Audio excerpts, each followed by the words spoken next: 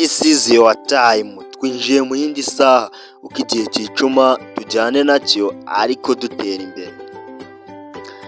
Most of the people usanga bafite intekerezo zivuga ngo ibi bintu nubwo ngiye kubikora ndabona bigoye, urebye abantu byananiye ni abantu benshi. Ariko se ubundi iyo ndebye no bantu baturuka mu ikaritsiye z'iwacu gusanga nta kintu bagezeho, baragenda bakavina iwacu bakagenda bakajya kure, bakaza pe twese tuvuga ko bakeye, tuvuga ko bahindutse, ariko wareba mu mufuka wabo ugasanga nta kintu bafite.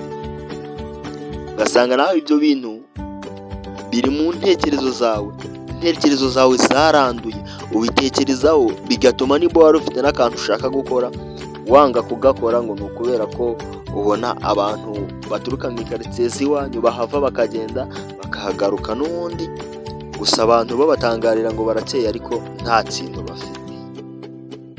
Niba nawe ugitekereza gutyo kandi ukaba ujya ubirebaho ukumva ko ubifiteho komanteri n'ikibazo, uribeshya. Abo ngabo ntabwo ari wowe, batandukanye n'abo ngabo.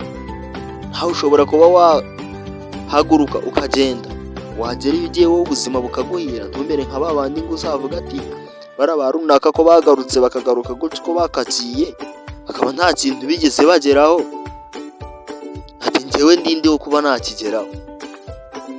Wibuke ko story y'ubuzima bwawe itandukanye na story y'ubuzima bwabo, kandi wongere wibuke ko amahirwe yawe atandukanye n'amahirwe yabo. Bijya bintangaza cyane iyo usanga abantu benshi bagendera ati kuba runaka yaragiye bikanga kumuhira, njyewe ntibyampira. Oya, ntagaruka ibintu bikorwa dear friend. Niba runaka byaranze kumuhira, runaka ni runaka, nawe uri wowe. Ntukazigere na rimwe wikomparinga n'abandi, wikomparinga na bagenzi bawe, kubera ko utandukanye nabo. Ikindi kirenzeho, wowe uri umunyembaraga. Ikintu washyize mu mutwe wawe ntago wabura kukigeraho, wakigeraho byanze bikunze. Uri umunyembaraga kandi koko urashoboye.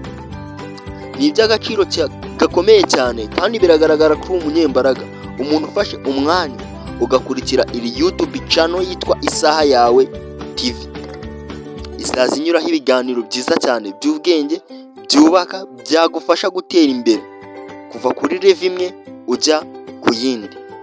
Ndagushishikariza nawe kuzaza uyikurikira. Umunsi umwe niho uzavuga ngo un jour vous pourrez dire ça n'a pas été facile mais j'ai réussi.